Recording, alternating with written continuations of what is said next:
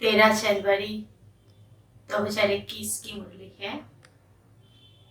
सुनते हैं प्यारे बाप दादा की मधुर महावाक्य।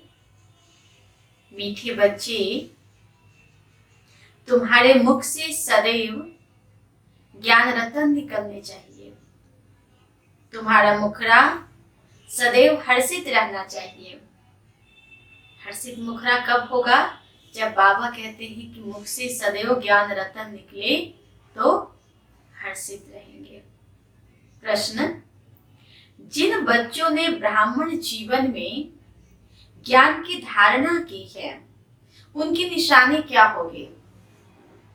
ज्ञान की धारणा जिन्होंने जीवन में की, उनकी निशानी क्या होगी? उत्तर: उनकी चलन देवताओं मिसल होगी। उनमें दैवी गुणों की धारणा होगी। दूसरी पॉइंट है, उन्हें ज्ञान का विचार सागर मंथन करने का अभ्यास होगा। वे कभी आसुरी बातों का अथवा किचरे का मंथन नहीं करेंगे। थर्ड है, उनके जीवन से गाली देना या ग्लानि करना बंद हो जाता है। फोर्थ, उनका मुखरा सदा हर्षित रहता है। किन बच्चों का? जो ब्राह्मण जीवन में ज्ञान की धारणा किए, तो उनके लिए बाबा ने 4 बातें बताई कि एक तो वो देवताओं मिसल होंगे, दैवी गुणों की धारणा होगी, और फिर बाबा कहते हैं कि वे विचार सागर मंथन करेंगे, ज्ञान का विचार सागर मंथन करेंगे, बाकी फालतू बातों का मंथन नहीं करेंगे। आगे बाबा कहते हैं कि न तो वो गाली देंगे और न किसी की ग्लानि करेंगे। फिर बाबा कहते हैं कि वो सदैव हर्षित रहेंगे। जो हमेशा ज्ञान का मनन चिंतन करेंगे तो हमेशा खुश रहेंगे। ओम शांति। बाप बैठ समझाते हैं ज्ञान और भक्ति के ऊपर। ये तो बच्चे समझ गए हैं। भक्ति से सद्गति नहीं होती और सतयुग में भक्ति नहीं होती। ज्ञान भी सतयुग में मिलता नहीं। कृष्ण न भक्ति करते न ज्ञान की मुरली बजाते। मुरली माना ही ज्ञान देना। गायन भी है ना, मुरली में जादू, तो जरूर कोई जादू होगा ना। सिर्फ मुरली बजाना ये तो कॉमन फकीर लोग भी बजाते रहते हैं। इस मुरली में ज्ञान का जादू है। बाबा ने कहा कॉमन मुरली बजाने की बात नहीं है, वो तो फकीर लोग भी बजाते हैं, लेकिन जो कृष्ण मुरली बजाए उस मुरली में जादू है। अज्ञान को जादू नहीं कहेंगे, मुरली को जादू कहते हैं। मनुष्य से देवता बनते हैं ज्ञान से। जब सतयुग है तो इस ज्ञान का वर्षा है। वहां भक्ति होती नहीं, भक्ति होती है द्वापर से, जबकि देवता से मनुष्य बन जाते हैं। मनुष्य को विकारी, देवताओं को निर्विकारी कहा जाता। देवताओं की सृष्टि को पवित्र दुनिया कहा जाता। अभी तुम देवता बन रहे हो। ज्ञान किसको कहा जाता? बाबा पूछते ज्ञान किसको कहा जाता? एक तो स्वयं की व बाप की पहचान, और फिर सृष्टि के आदि मध्य अंत की नॉलेज को ज्ञान कहा जाता है। ज्ञान से होती है सद्गति, फिर भक्ति शुरू होती है तो उतरती कला हो जाता है, क्योंकि भक्ति को रात, ज्ञान को दिन कहा जाता है। यह तो कोई की भी बुद्धि में बैठ सकता है, परंतु दैवी गुण धारण करते नहीं। दैवी गुण हो तो समझ जाए ज्ञान की धारणा है।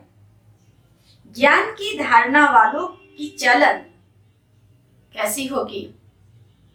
जिनमें ज्ञान की धारणा होगी उनकी चलन कैसी होगी? बाबा कहते हैं देवताओं भी सल होती है। कम धारणा वाले की चलन मिक्स रहती है, कभी कैसे कभी कैसे, कभी कैसे कभी कैसे, हमेशा चेंज। धारणा नहीं, गोया वो बच्चे ही नहीं है।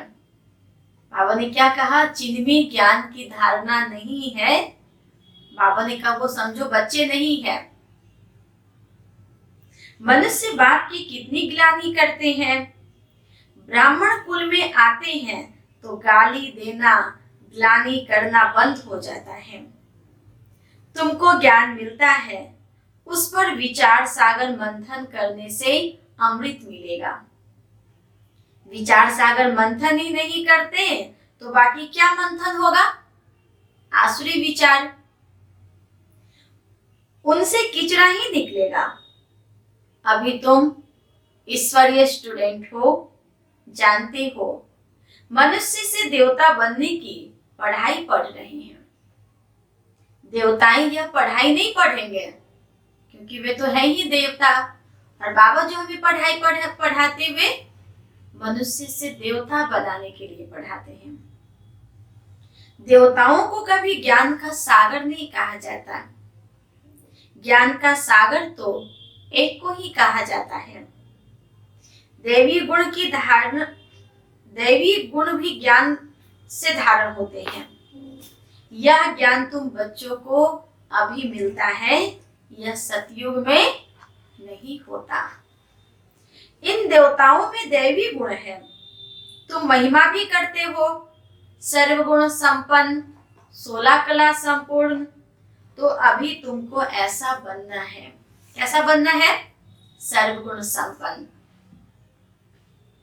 अपने से पूछना चाहिए, हमारे में सब दैवी गुण है या कोई आसुरी अवगुण भी है? बाबा क्या कहते हैं? अपने आप से पूछो कि मेरे में दैवी गुण है कि आसुरी गुण भी है। अगर आसुरी अवगुण है तो उनको निकाल देना चाहिए। क्यों निकाल देना चाहिए? बाबा कहते हैं कि निकाल देना चाहिए, तभी देवता बनेंगे, नहीं तो कम दर्जा पालेंगे। अभी तुम बच्चे दैवी गुण धारण करते हो, बहुत अच्छी अच्छी बातें सुनते हो। इनको ही कहा जाता है पुरुषोत्तम संगम युग। जबकि तुम पुरुषोत्तम बन रहे हो तो वातावरण भी बहुत अच्छा होना चाहिए। मुख से कोई भी चीची बात न निकले, नहीं तो कहा जाएगा ये कम दर्जे का है। अगर बाबा के बनने के बाद भी किसी के मुख से ऐसे शब्द निकलते हैं तो बाबा कहते हैं कि डिस्टर्ब नहीं होना है, क्या समझना है? ये कम दर्जा पाने वाले हैं। बोलचाल और वातावरण से झट पता पड़ जाता है। तुम्हारा मुखड़ा सदैव हर्षित होना चाहिए, नहीं तो उनमें ज्ञान नहीं कहा जाएगा। मुख सदैव रतन निकले। मुख से बाबा ने कहा सदैव रतन निकले। यह लक्ष्मी नारायण देखो कितने हर्षित मुख है। इन्हों की आत्मा ने ज्ञान धारण किए थे। मुख से सदैव ज्ञान रतन निकले। रतन ही सुनाते सुनाते कितनी खुशी रहती है। ज्ञान रतन जो अभी तुम लेते हो, फिर ये सभी हीरे जवाहरात बन जाते हैं। बाबा कहते जितना ज्ञान रतन यहाँ धारण करेंगे, भविष्य में यही हीरे जवाहरात बन जाते हैं। 9 रत्नों की माला कोई हीरे जवाहरात की नहीं है, इन ज्ञान रत्नों की माला है। मनुष्य लोग फिर वह रतन समझ अंगूठियां आदि पहन लेते हैं। इन ज्ञान रत्नों की माला पुरुषोत्तम संगम युग पर पड़ती है। यह रतन ही तुमको 21 जन्म के लिए माला माल बनाते हैं। बाबा ने कहा ये ज्ञान रतन 21 जन्म के लिए माला माल बनाते हैं, इनको कोई लूट न सके। यहाँ तुम यह हीरे जवाहरात पहनो तो झट लूट ले जाएंगे। तो अपने को बहुत बहुत समझदार बनाना है, आसुरी अवगुणों को निकाल देना है। समझदारी क्या है? अवगुण को निकालने में। बाबा ने कहा बहुत बहुत समझदार बनाना है। आसुरी अवगुण से शक्ल ही ऐसी हो जाती है, क्रोध में लाल लाल तावे जैसी शक्ल हो जाती है। बाबा जो क्रोध करते हैं उनकी तुलना लाल तावे से करते, तावे जैसे हो जाते हैं क्रोध में। काम विकार वाले तो काले बन जाते हैं। जो बच्चों को हर बात में विचार सागर मंथन करना चाहिए। यह है ही पढ़ाई बहुत धन पाने की। बाबा ने कहा यह पढ़ाई है बहुत धन पाने की। वह पढ़ाई कोई रतन थोड़े ही है। हाँ, नॉलेज पढ़कर बड़ा पोजीशन पा लेते हैं तो पढ़ाई काम आई, न कि पैसा।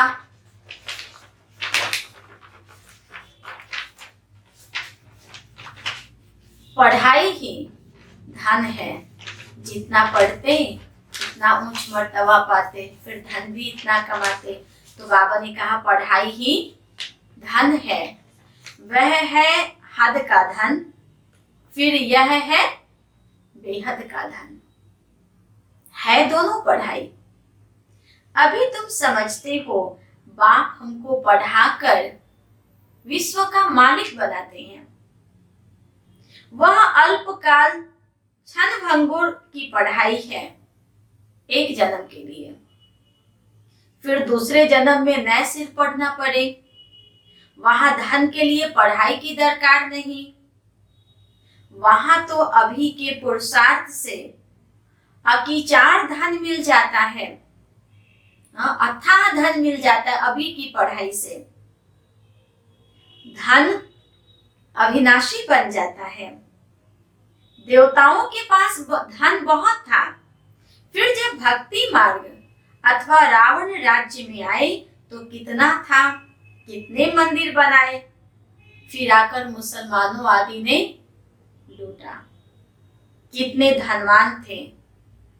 आज की पढ़ाई से इतना धनवान कोई बन न सके जितना द्वापर में धनवान थे, सतयुग में। बाबा ने कहा आज दुनिया में जो पढ़ाई पढ़ते उससे इतना धनवान कोई नहीं बन सकते जितना इस बेहद की अविनाशी पढ़ाई से धनवान बन जाते हैं।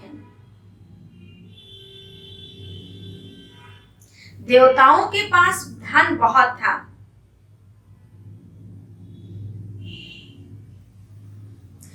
तुम अभी जानते हो हम इतना ऊंची पढ़ाई पढ़ते जिससे यह देवता बनते हैं। तो पढ़ाई से देखो मनुष्य क्या बन जाते हैं, गरीब से साहूकार बन जाते हैं। अभी भारत भी कितना गरीब है। साहूकारों को तो फुर्सत ही नहीं है। अपना अहंकार रहता है, मैं फलाना हूं। इसमें अहंकार आदि मिट जाना चाहिए। हम आत्मा है। आत्मा के पास तो धन दौलत हीरे जवाहरात आदि कुछ भी नहीं है, क्योंकि आत्मा तो अकेली आई, अकेली जाती है, कुछ भी लेकर नहीं जाती। तो बाबा ने कहा कि हीरे जवाहरात आदि तो आत्मा के लिए कुछ भी नहीं है। ज्ञान धन ही आत्मा के साथ जाती है, बाकी स्थूल धन तो ले नहीं जा सकते। बाप भी कहते हैं देह के सब संबंध छोड़ो। आत्मा शरीर छोड़ती है तो साहूकारी आदि सब खत्म हो जाती है।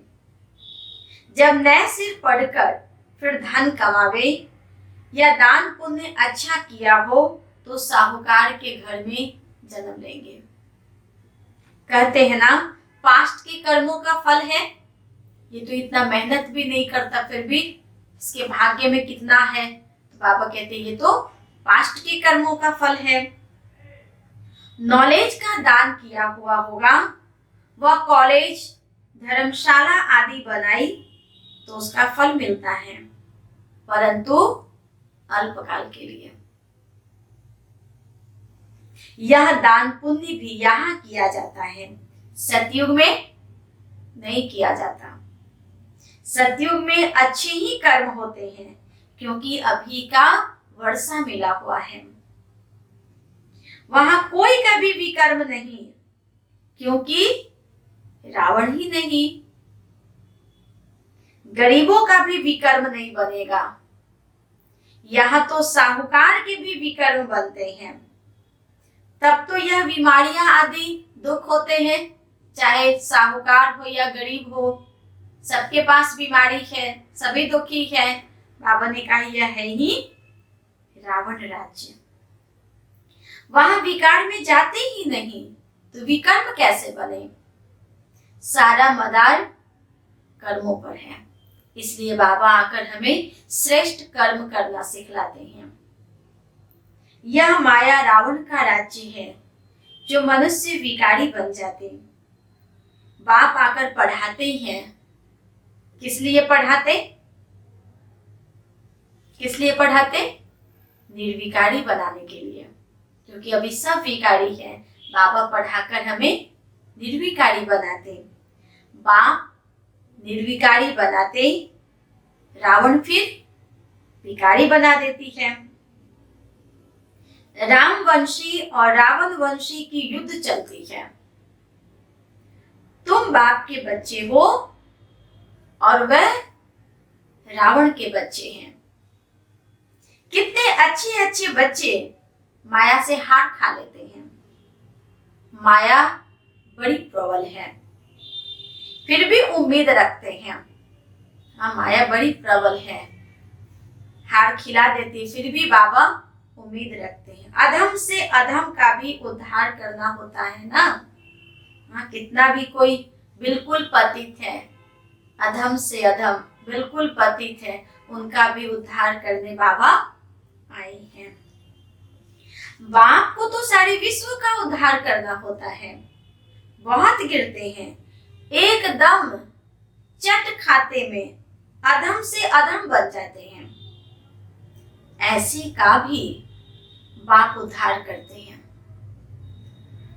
अधम तो सब है रावण राज्य में, परंतु बाप बचाते हैं। फिर भी गिरते रहते हैं तो बहुत अधम बन जाते हैं।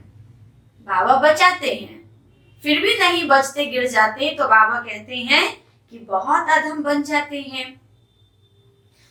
उनका फिर चढ़ना नहीं होता, वह अधम पना अंदर खाता रहता है। जैसे तुम कहते हो अंतकाल जो स्त्री सिमरे, उनकी बुद्धि में वो अधम पना ही आता रहेगा, क्योंकि जो भी गलती किए तो बार बार दिल में खटखट तो होगी ना, बार बार वो बातें तो आएगी ना। तो बाबा कहते हैं कि बुद्धि में तो आएगा ना। तो बाप बैठ बच्चों को समझाते हैं, कल्प कल्प तुम ही देवता बनते हो। हाँ, बाबा हमें कितना श्रेष्ठ नजर से देखते हैं कि कल पहले तुम ही देवता बने थे और अभी फिर तुम ही देवता बनते हो। जानवर बनेंगे क्या? मनुष्य ही बनते हैं और समझते हैं। इन लक्ष्मी नारायण को भी नाक कान आदि है, मनुष्य है ना, परंतु दैवी गुण वाले, इसलिए इनको देवता कहा जाता। हाँ, बाबा ने कहा ऐसा नहीं कि लक्ष्मी नारायण कोई अलग है। बाबा कहते जैसे मनुष्य है, आंख नाक कान तो है ना उनको भी, लेकिन दैवी गुण है, इसलिए देवता कहते हैं। यह ऐसा सुंदर देवता कैसे बनते, फिर कैसे गिरते, इस चक्र का तुमको मालूम पड़ गया है। तो जो विचार सागर मंथन करते होंगे उनको धारणा भी अच्छी होगी। विचार सागर मंथन ही नहीं करते तो बुद्धू बन पड़ते। मुरली चलाने वाले का विचार सागर मंथन चलता रहेगा। अब बाबा ने कहा अगर विचार सागर मंथन नहीं करते तो जैसे कि बुद्धू बन जाते हैं। इस टॉपिक पे यह समझाना है, ऑटोमेटिकली विचार सागर मंथन चलता है। फलाने आने वाले हैं, उन्हों को भी उल्लास से समझाएंगे। हो सकता है कुछ समझ जाए। भाग्य पर कोई झट निश्चय करेंगे, कोई नहीं करेंगे। फिर भी बाबा कहते हैं कि उम्मीद रखी जाती है। अभी नहीं तो आगे चलकर समझेंगे जरूर। ये नहीं कि ये तो समझे नहीं तो ये तो कभी समझने वाले नहीं हैं। बाबा ने कहा ऐसा नहीं सोचो, उम्मीद रखते हैं कि चलो अभी नहीं तो बाद में जरूर समझेंगे।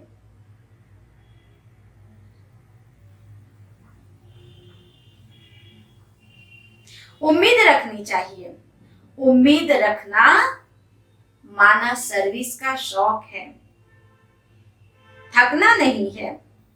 भल कोई पढ़कर फिर अधम बना है, आता है तुमको जरूर विजिटिंग रूम में बिठाएंगे। वह कहेंगे चले जाओ। कोई बाबा का बच्चा है, बीच में छोड़ दिया ज्ञान, कैसे भी कर्म कर रहे हो, अगर कभी आए तो बाबा ने कहा उनको क्या कहेंगे, क्या कहेंगे? बाबा ने कहा उनको फिर विजिटिंग रूम में बिठाओ। ऐसे तो नहीं कहेंगे कि चले जाओ, जरूर पूछेंगे इतने दिन क्यों नहीं आए। कहेंगे माया से हार खाली, ऐसे ढेर आते हैं। भल माया से हार खाली, लेकिन बाबा उनके प्रति भी कहते हैं कि मन में बहुत श्रेष्ठ भावना हो और उनसे हाल चाल पूछकर फिर से बाबा की स्मृति दिलानी है, क्योंकि बाबा आए हैं सबका उद्धार करने। इसलिए बाबा ने कहा कि उन्हें बिठाओ, उनका हाल चाल पूछो। समझते हैं ज्ञान बहुत अच्छा था, परंतु माया ने हरा दिया। स्मृति तो रहती है ना। भक्ति में तो हारने और जीतने की बात ही नहीं रहती। यह नॉलेज धारण करने की है। अभी तुम बाप द्वारा सच्ची गीता सुनते हो, जिससे देवता बन जाते। बिगर ब्राह्मण बने देवता नहीं बन सकते। क्रिश्चियन, पारसी, मुसलमानों में ब्राह्मण होते ही नहीं। यह सब बातें अभी तुम समझते हो। तुम जानते हो अल्प को याद करना है। अल्प को याद करने से ही बादशाही मिलती है। जब भी तुमको कोई मिले बोलो अल्प अल्लाह को याद करो। अल्प को ही ऊंच कहा जाता है। अंगुली से अल्प का इशारा करते हैं ना, अल्प को एक भी कहा जाता है। ऐसे ऊपर की ओर इशारा करते हैं ना। एक ही भगवान है, बाकी तो सब बच्चे हैं। बाप तो सदैव अल्प ही रहते हैं, बादशाही करते नहीं। ज्ञान भी देते हैं, अपना बच्चा भी बनाते हैं। तो बच्चों को कितनी खुशी में रहना चाहिए। बाबा हमारी कितनी सेवा करते हैं। रोज आकर हम बच्चों को पढ़ाते हैं, हमको विश्व का मालिक बनाते हैं। फिर खुद उस नई पवित्र दुनिया में आते नहीं। पावन दुनिया में उनको कोई बुलाते ही नहीं है, पतित ही बुलाते हैं। पावन दुनिया में आकर क्या करेंगे? उनका नाम ही है पतित पावन। तो पुरानी दुनिया को नया बनाने की उनकी ड्यूटी है। बाबा की ड्यूटी क्या है? पुरानी दुनिया को नया बनाने की। तो इसलिए बाबा पावन दुनिया में आते नहीं, पतित दुनिया में ही आते हैं। बाप का नाम है शिव और शालिग्राम बच्चों को कहा जाता। उनकी पूजा होती है। शिव बाबा का सब याद करते हैं। दूसरा ब्रह्मा को भी बाबा कहते हैं। प्रजापिता ब्रह्मा कहते तो बहुत है, परंतु उनको यथार्थ रीति जानते नहीं कि ब्रह्मा किसका बच्चा है। तुम कहेंगे परम पिता परमात्मा शिव ने उनको एडॉप्ट किया। यह तो शरीरधारी है ना। ईश्वर की औलाद सब आत्माएं हैं। सब आत्माओं को अपना अपना शरीर है, अपना अपना पार्ट मिला है जो बजाना ही है। यह तो परंपरा से चला आता है। अनादि अर्थात उनका आदि मध्य अंत नहीं। मनुष्य सुनते हैं, एंड होती है, तो फिर मूंझते हैं कि फिर बनेंगे कैसे। बाप समझाते हैं यह अनादि है, कब बने ये पूछने का नहीं रहता। प्रलय होती ही नहीं। बाबा तो परिवर्तन करने आए हैं, प्रलय तो होती नहीं। यह भी गपोरा लगा दिया है। थोड़े मनुष्य हो जाते हैं, इसलिए कहा जाता है जैसे कि प्रलय हो गई। बाबा में जो ज्ञान है वह अभी ही इमर्ज होता है। इनके लिए ही कहते हैं सारा सागर स्याही बनाओ, जंगल कलम बनाओ तो भी पूरा नहीं होगा, क्योंकि बाबा तो सागर है ना। अच्छा, मीठे मीठे सिकिलधे बच्चों प्रति माता पिता बाप दादा का याद प्यार और गुड मॉर्निंग। रूहानी बाप की रूहानी बच्चों को नमस्ते। हम रूहानी बच्चों की रूहानी बाप दादा को गुड मॉर्निंग और नमस्ते। धारणा के लिए मुख्य सार। अपने हर्षित मुखरा से बाप का नाम वाला करना है। ज्ञान रतन ही सुनने और सुनाने हैं। गले में ज्ञान रत्नों की माला पड़ी रहे, सारी अवगुणों को निकाल देना है। बाबा ने कहा अवगुणों को निकाल देना है। सेकंड पॉइंट, सर्विस में कभी थकना नहीं है। उम्मीद रख, शौक से सर्विस करनी है। विचार सागर मंथन कर उल्लास में रहना है। बाबा ने कहा कि कभी भी सर्विस में थकना नहीं है, शौक रखना है और विचार सागर मंथन कर हमेशा उल्लास में रहना है। आज का वरदान, स्नेह के रिटर्न में समानता का अनुभव करने वाले सर्व शक्ति संपन्न भव। स्नेह के रिटर्न में समानता का अनुभव करने वाले सर्व शक्ति संपन्न भव। जो बच्चे बाप के स्नेह में सदा समाये हुए रहते हैं, उन्हें स्नेह के रिस्पॉन्स में बाप समान बनने का वरदान प्राप्त हो जाता है। जो सदा स्नेह युक्त और योग युक्त हैं, वह सर्व शक्तियों से संपन्न स्वतः बन जाते हैं। सर्व शक्तियां सदा साथ है तो विजय हुई पड़ी है। जिन्हें स्मृति रहती है कि सर्वशक्तिमान बाप हमारा साथी है, वो कभी किसी बात से विचलित नहीं हो सकते। कौन विचलित नहीं होंगे? जो ये समझेंगे कि सर्वशक्तिमान बाप सदा साथ है, सिर्फ साथ ही नहीं लेकिन सदा साथ है, तो बाबा ने कहा वो कभी विचलित नहीं हो सकते। आज का स्लोगन, पुरुषार्थी जीवन में जो सदा संतुष्ट और खुश रहने वाले हैं वही खुश नसीब हैं। पुरुषार्थी जीवन में जो सदा संतुष्ट और खुश रहने वाले हैं वही खुश नसीब हैं। ओम शांति।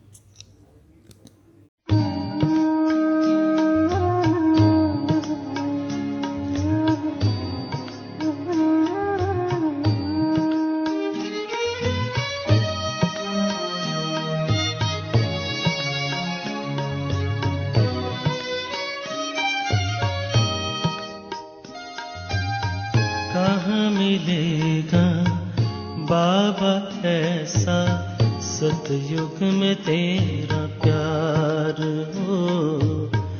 सतयुग में तेरा प्यार। कहाँ मिलेगा बाबा ऐसा, सतयुग में तेरा प्यार हो, सतयुग में तेरा प्यार। भले ही के महलों में होंगे, भले ही के महलों में होंगे, सुख के अति भरमार हो। कहाँ मिलेगा तेरा प्यार बाबा, कहाँ मिलेगा तेरा प्यार।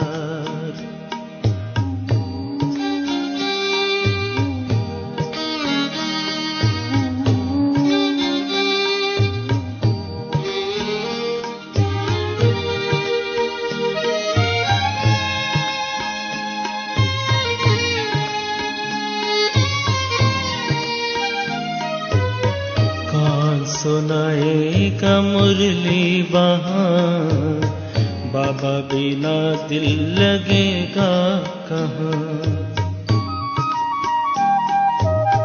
कौन सुनाएगा मुरली वहाँ, बाबा बिना दिल लगेगा कहाँ। कौन करेगा तेरे सिवा बाबा, कौन करेगा तेरे सिवा बाबा, रोज हमें श्रृंगार हो। कहाँ मिलेगा तेरा प्यार बाबा, कहाँ मिलेगा तेरा प्यार।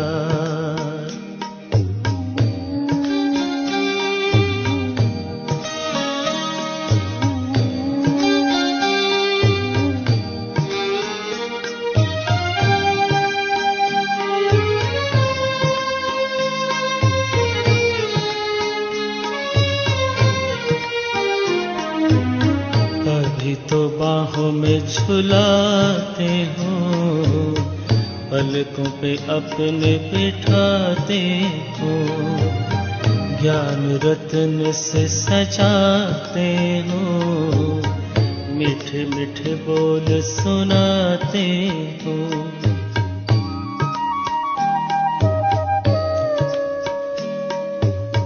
अभी तो बाहों में झुलाते हो, पलकों पे अपने बिठाते हो, ज्ञान रत्न से सजाते हो, मीठे मीठे बोल सुनाते हो। कैसे भूलेंगे तेरा बाबा, कैसे भूलेंगे तेरा बाबा, प्यार और दुलार हो। सतयुग में तेरा प्यार हो, सतयुग में तेरा प्यार।